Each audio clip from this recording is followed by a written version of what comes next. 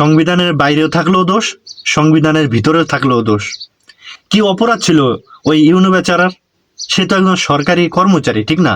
সরকারি অফিসার, তার তো সংবিধানের মধ্যেই থাকতে হবে, সংবিধানের বাইরে যাওয়ার তো কোনো উপায় নেই। যে আসলে প্রকৃত সরকারি কর্মকর্তা, সে সর্বদলের ক্ষেত্রে সে নিরপেক্ষতা বজায় রাখবে, মানে কোনো দলের সাপোর্ট সে করবে না। একজন সরকারি কর্মকর্তার এরকমই চিন্তা ভাবনা থাকা উচিত। সে সেই সংবিধান অনুযায়ী ওখানে বক্তব্য রাখছিলেন, কিন্তু সেই বিএনপির প্রতিষ্ঠাতা জিয়াউর রহমানের নাম স্বাধীনতার ঘোষক হিসাবে কেন তিনি উল্লেখ করলেন না, বা কেন তিনি সেই বক্তব্যের মধ্যে তার নামকে স্মরণ করলেন না? এই কারণে সেই ইউনূ মহোদয়কে সেখান থেকে বদলি করা হয়েছে। অবস্থা কি দেখেন। এখন আমার প্রশ্ন হলো, স্বাধীনতার ঘোষক জিয়াউর রহমান, এখন এই দেশের হাজার হাজার ইউনূ অফিসার, সরকারি কর্মকর্তা সবাই যদি শহীদ প্রেসিডেন্ট জিয়াউর রহমানকে স্বাধীনতার ঘোষক হিসাবে তাদের বক্তব্যের মধ্যে নাম না রাখে, এই জন্য কি শহীদ প্রেসিডেন্ট জিয়াউর রহমান স্বাধীনতার ঘোষক আর থাকবেন না? ব্যাপারটা আসলে কোন জায়গায়? আমি তো মনে করি সে একজন সরকারি কর্মকর্তা, ইউনূ, তার বক্তব্য সে দিছে। এখন তার বক্তব্যের কারণে তো শহীদ প্রেসিডেন্ট জিয়াউর রহমান সে স্বাধীনতার ঘোষক থেকে তিনি তো সরে যাবেন না। কি ব্যাপারটা এরকম না? সব জায়গায় আপনাদের সংবিধানের দোহাই, এখানে আসলে কেন আপনাদের সেই সংবিধানের কথা আর মনে থাকে না? সালাউদ্দিন সাহেব, সে তো মনে করেন যে সংবিধানের মধ্যে থাইকাই সব কিছু করতে চায়। তার কথার মধ্যে 10টা কথার মধ্যে 9টা কথাই থাকে সংবিধান নিয়ে। সে খাওয়ানোর সময় সংবিধান দীক্ষা খায়, ঘুমানোর সময় সংবিধান দীক্ষা ঘুমায়, রাষ্ট্র পরিচালনা করার সময় তার মন্ত্রিত্বর যে কাজ রয়েছে সবগুলো সংবিধান মেনে চলতেছে। মানে এক কথায় সে সব কিছু সংবিধান অনুযায়ী করে। কি মাননীয় স্বরাষ্ট্রমন্ত্রী সালাউদ্দিন সাহেব, আবেগ দিয়ে কি রাষ্ট্র চলে?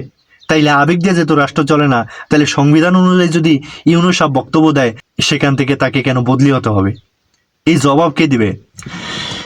এই যে শেখ হাসিনার যেই সংবিধান ছিল, এই সংবিধানের বিরুদ্ধে খালেদা জিয়া থাকতে সে কিন্তু বিভিন্ন কথা বলছে, বিভিন্নবার আঙ্গুল তুলছে এই সংবিধানের বিরুদ্ধে, এবং সে এই কথাও বলেছিল যদি সময় পাই বা সুযোগ পাই, বিএনপি যদি ক্ষমতায় যায়, তাইলে শেখ হাসিনার সংবিধানকে ছিঁড়ে ফেলে দিও।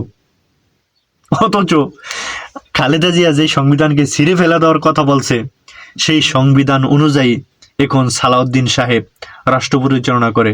বিএনপি সেই শেখ হাসিনার সংবিধানেই বিএনপির জন্য ভরসার পাত্র হয়ে উঠছে, সেই সংবিধান অনুযায়ী তারা চলতেছে। এখন কথা হলো, আওয়ামী লীগ কিন্তু এরকমটা করত, তারা প্রত্যেকটা সরকারি কর্মকর্তাকে বাধ্য করত যে শেখ মুজিবুর রহমানের নাম নিতে, আওয়ামী লীগের গুণগান করতে, এটা বাধ্য করত। এটা তো আওয়ামী লীগের চরিত্র। এখন আমরা বিএনপির মধ্যে দেখলাম কি, তারাও সেই আওয়ামী লীগের পথেই হাঁটছে। এই কারণেই তো আমি আমার প্রত্যেকটা ভিডিওতে বলার চেষ্টা করি যে বিএনপি হচ্ছে আওয়ামী লীগের থেকে খেলাফত প্রাপ্ত দল। কারণ আওয়ামী লীগ যে পথেই হাঁটছে, বিএনপি হু সে পথেই হাঁটতেছে। আজ নাই তো কাল ধীরে ধীরে কিন্তু বিএনপি সেই আওয়ামী লীগের পথেই অগ্রসর হইতেছে। আপনি দেখেন তারেক রহমান, তিনি সোশ্যাল মিডিয়ায় তার বক্তব্য শোনা যায়, খুব জনপ্রিয়তা অর্জন করার চেষ্টা করতেছে, মানুষের সাথে মিশতেছে, মানুষের মন বোঝার চেষ্টা করতেছে, অনেক ভালো ভালো কাজে তিনি মনোযোগ দিয়েছেন। কিন্তু শুধু তার একলা ভালো কাজেই এই দেশটাকে সামনে নিয়ে যেতে পারবে না, তার দলকে বাঁচাতে পারবে না। তারেক রহমান থেকে শুরু করে নিম্নের যত নেতাকর্মী আছে, সর্ব সেক্টরের নেতাকর্মীকে যদি তিনি নিয়ন্ত্রণ করতে পারেন, লাগাম টেনে ধরতে পারেন, তাইলে হয়তো তার দল টিকে থাকতে পারে, তিনিও ক্ষমতায় থাকতে পারেন। তারেক রহমান সে মনে করেন দল নিয়ে অনেক সামনে অগ্রসর হইতেছে, অনেক কিছু করার চেষ্টা করতেছে, আর তার দলের নেতাকর্মীরা, তৃণমূল পর্যায়ের নেতাকর্মীদের যদি লাগাম ছেড়ে দেওয়া হয়, তাইলে আপনার ওই তৃণমূল পর্যায়ের নেতাকর্মীরাই কিন্তু আপনার এই দলকে ডুবাতে বেশি সময় নেবে না।